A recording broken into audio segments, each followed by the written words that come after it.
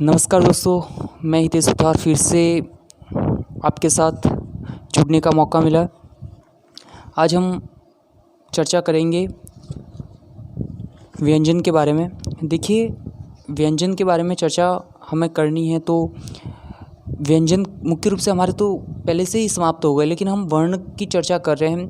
कल हमने वर्ण की चर्चा कर ली थी। स्वर तंत्रिका के आधार पर वर्णों को हमने बांटा था 2 भागों में। आप देखें क्लास को 5 मिनट में रिवाइजेड हो जाती है तो बहुत बढ़िया है, क्योंकि हम जितना भी पढ़ते हैं उतना रिवाइजेड, अगर 24 मिनट की क्लास हमने 5 मिनट में रिवाइजेड की तो कोई बुरी बात नहीं है, क्योंकि उससे अपने को बहुत सारा याद हो जाता है। क्योंकि जितना भी पढ़ा वो सब क्या हो जाता है, रिवाइजेड हो जाता है। उससे क्या फ़ायदा होता है कि हमें याद ज़्यादा होता है। तो इसलिए आप कम से कम समय में क्या हो जाता है, पूरा रिवाइजेड हो जाता है, पूरी क्लास रिवाइजेड हो जाती है। तो इसलिए हम पढ़ते हैं स्वर तंत्रिका के आधार पर। देखिए, कल हमने पढ़ा था वो मैं थोड़ा आपको रिवाइजेड करवा लेता हूँ। घोष और अघोष के बारे में पढ़ा था। घोष क्या है ना, जब किसी वर्ण का उच्चारण कर रहे हैं तो स्वर तंत्रिका में नाद या गुंज उत्पन्न हो, है ना, ये लिखा था। देखो आप, स्वर तंत्रिका में नाद गुंज कंपन उत्पन्न हो, उसी को हम क्या कहते हैं, घोष कहते हैं। अघोष के बारे में, जहाँ पर नाद गुंज और कंपन उत्पन्न नहीं हो, उसे हम क्या कहेंगे,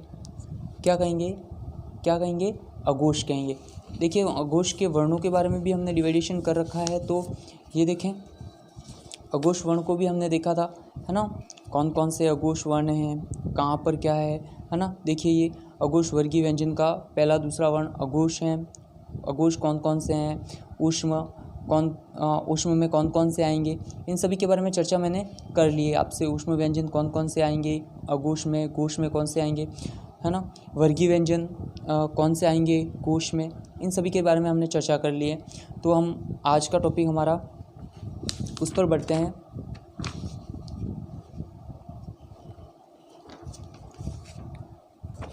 देखिएगा, आज का हमारा टॉपिक है प्राणवायु के आधार पर वर्णों का वर्गीकरण।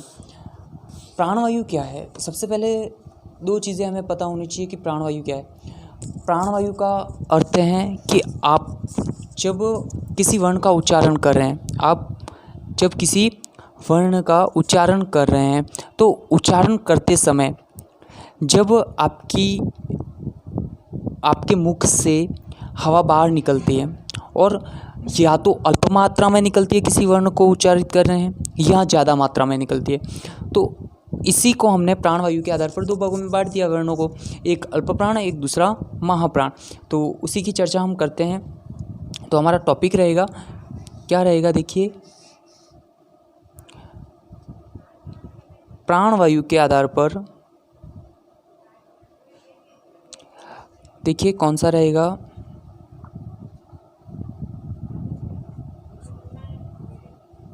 प्राणवायु के आधार पर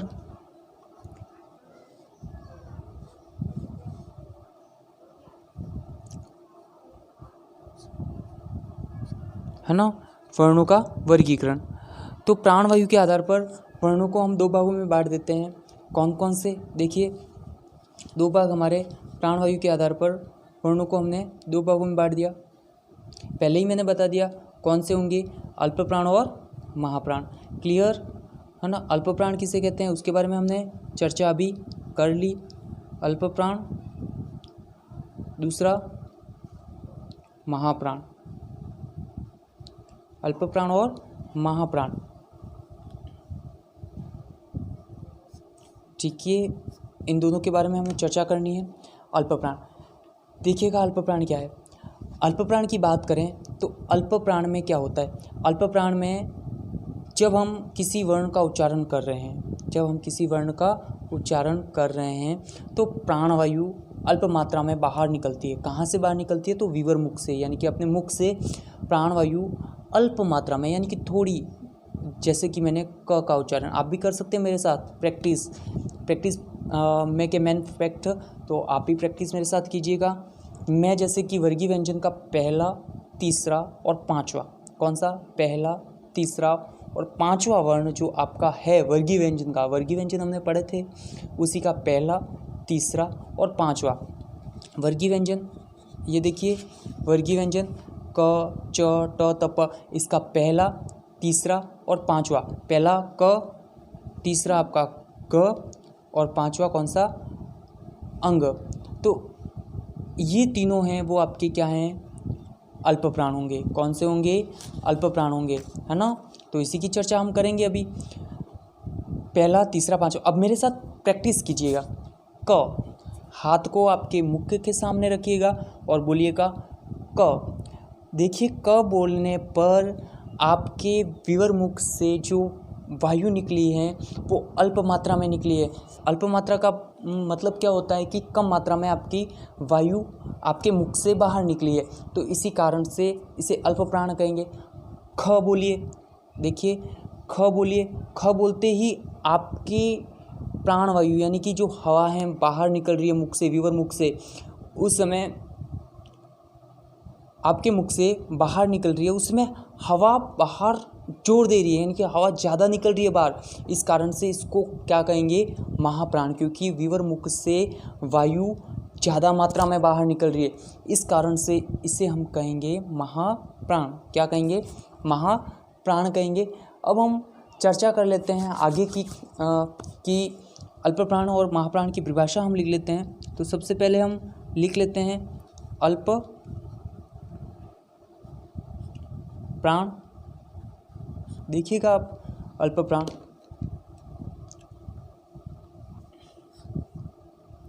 अल्प प्राण में क्या लिखना है, वे वर्ण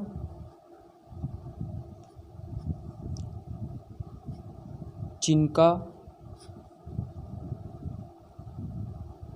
उच्चारण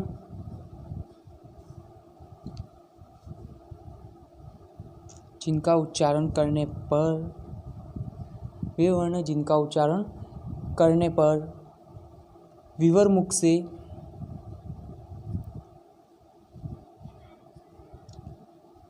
प्राणवायु यानी कि आपकी जो मुख से हवा निकल रही है उसी को हम क्या कहेंगे, प्राणवायु कहेंगे। क्या आप ऑक्सीजन के बिना जीवित रह सकते हो? क्या आप ऑक्सीजन ले रहे हो, नाइट्रोजन छोड़ रहे हो? यहाँ पर वो मैटर नहीं है ना। यहाँ पर हम प्राणवायु कह रहे हैं, इसका मतलब श्वास जो अंदर गई है और बाहर निकल रही है उसी को हम प्राणवायु कह रहे हैं। तो यहाँ पर आप गलत नहीं समझे। विवर मुख से प्राणवायु अल्प मात्रा में, देख लो अल्प प्राण है तो इसका मतलब हम बात करेंगे अल्प मात्रा में। अल्प मात्रा में याद रखने का सिंपल तरीका, अल्प प्राण, है ना। अल्प मात्रा यानी कि अल्प मात्रा में वायु बाहर निकल रही है, और आप वर्ण को आसानी से पहचान सकते हो क्योंकि आप प्रैक्टिकल कीजिए। जैसे कि मैं क बोल रहा हूँ, आपका हाथ आगे लाइए, क्या हवा ज़्यादा बाहर निकल रही है, नहीं निकल रही है? तो सीधा सिंपल तरीका है कि वो कौन सा वर्ण होगा, वो अल्प प्राण होगा दोस्तों, है ना। तो इसलिए आप सीधा आप उसको देखें। उसके बाद हम बात करते हैं अल्प मात्रा में बाहर निकले।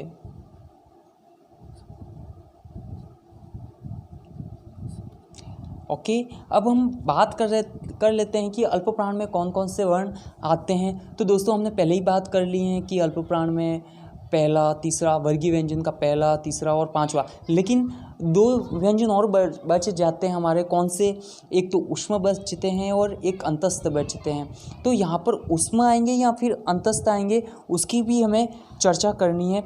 तो यहाँ पर हम चर्चा करेंगे कि कौन से वर्ण यहाँ पर आएंगे। तो यहाँ पर पहले हम बात करते हैं वर्गीय व्यंजन की।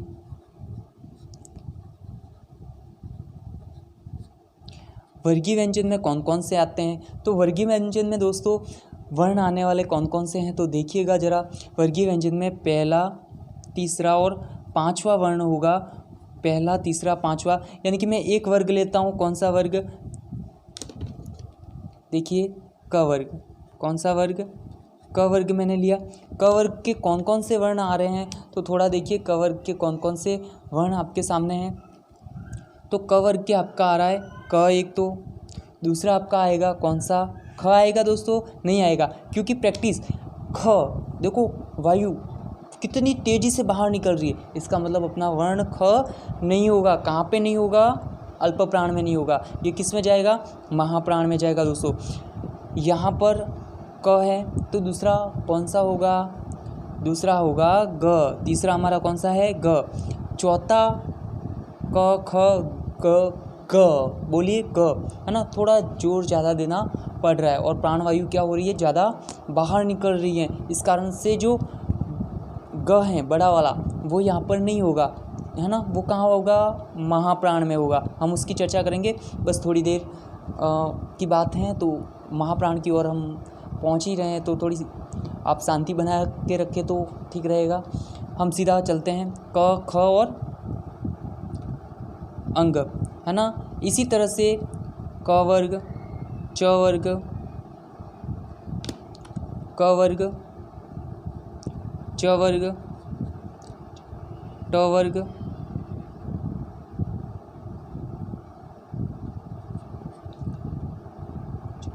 त वर्ग, प वर्ग,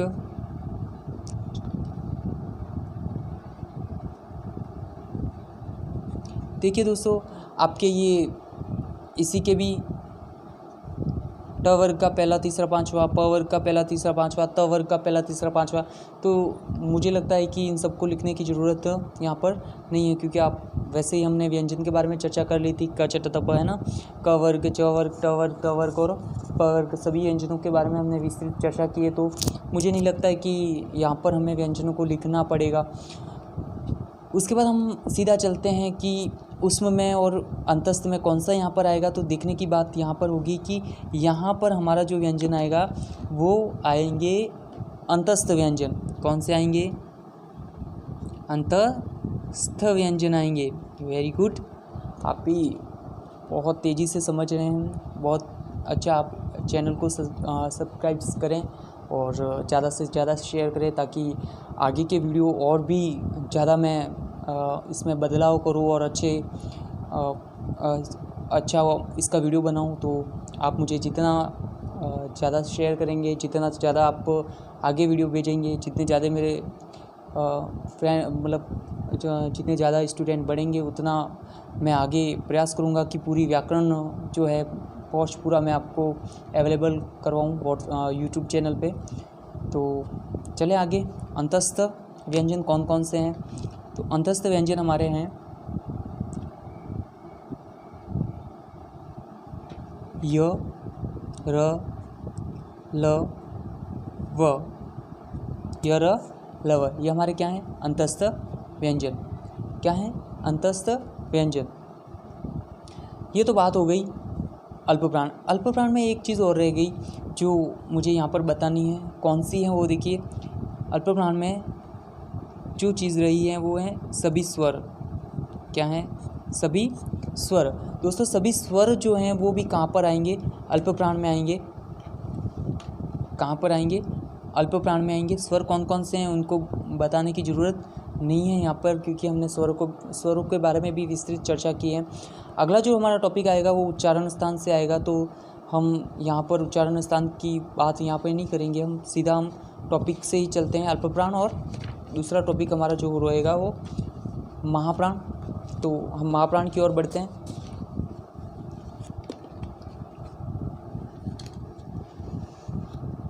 महाप्राण,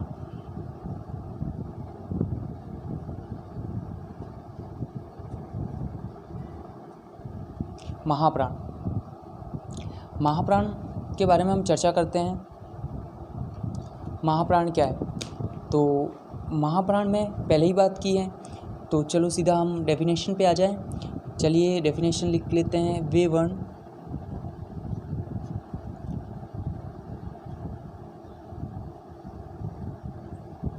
जिनका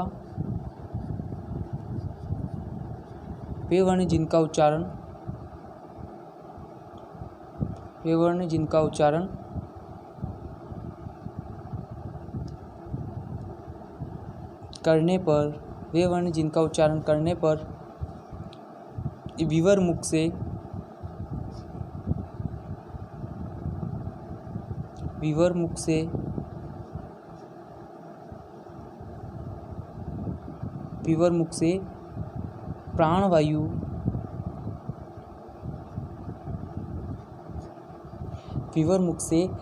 प्राणवायु सर्वाधिक मात्रा में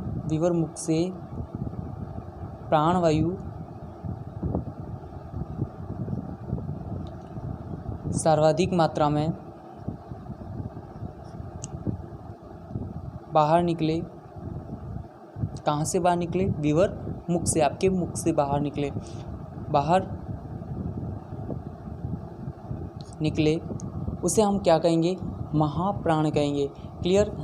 महाप्राण वे वर्ण जिनका उच्चारण करने पर विवर मुख से प्राण वायु सर्वाधिक मात्रा में बाहर निकले, उसे हम क्या कहेंगे? महाप्राण। महाप्राण के अंतर्गत कौन कौन से वर्ण आते हैं? तो हम सीधा चलते हैं वर्णों की ओर। तो वर्गीय जो व्यंजन है या वर्गीय व्यंजन है, यहाँ पे क्या लिखा है?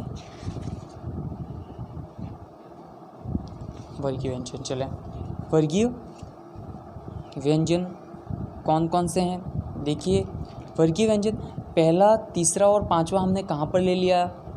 अल्प प्राण में। तो दोस्तों महाप्राण में कौन सा आएगा? दूसरा, और आपका कौन सा रहा? चौथा। दूसरा और चौथा कहाँ पर आएगा? महाप्राण में। तो हम यहाँ पर लिख लेते हैं दूसरा और चौथा। क्लियर? दूसरा और चौथा, दो ही वर्ण है। दूसरा और चौथा कौन कौन सा है? तो देखिए, थोड़ा मैं क वर्ग को ले लेता हूँ। क वर्ग में कौन कौन से वर्ण हैं? तो यहाँ पर मैं क वर्ग ले लेता हूँ। क वर्ग में आपके पूरे वर्ग, एक बार मैं लिख लूँ पूरा क वर्ग। चलो मैं पूरा क वर्ग लिख लेता हूँ यहाँ पर। क ख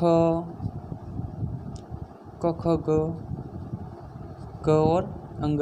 देखिएगा, मैं यहाँ पर बता रहा हूँ आपको वापस एक बार। आपका ये जो क वर्ग है, देखो मैं ग्रीन से यानी कि हरे रंग से या हरे स्केच कलर से मैं इसको गोले कर रहा हूँ ना। ये जो हरे रंग का मैंने गोला किया है, देखिएगा ये वाला है ना, ये आपके कौन से हैं? ये आपके हैं अल्प प्राण।